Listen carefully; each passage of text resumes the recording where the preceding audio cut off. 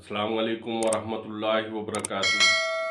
जड़ी बूटियाँ और उनके ख़वास के साथ आपका मेज़बान मोहम्मद गयूर हयात हाजिर है। आज हम जिस जड़ी बूटी की बात करेंगे इसका नाम है दमासा बूटी।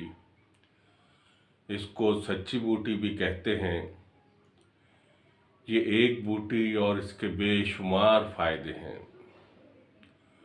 हेपेटाइटिस के लिए बहुत मुफीद है, ब्लड प्रेशर को कंट्रोल करती है, ब्लड कैंसर के लिए बेहद मुफीद है, जिस्म की गर्मी को ज़ाइल करती है, जिस्म को ताकत फराहम करके जिस्मानी दर्दों को दूर करती है, दमा और अमूमी सांस की दुश्वारी को ख़त्म करती है,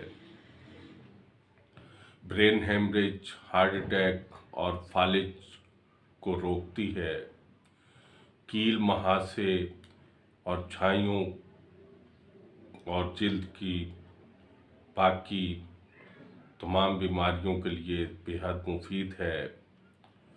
मैदा को तक़वियत देती है, भूख को बढ़ाती है और वज़न को कंट्रोल करने में बेहद कारआमद है।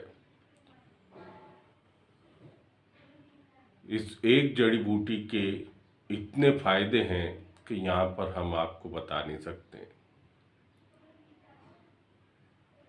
इसका एक नुस्खा आपको बता रहे हैं।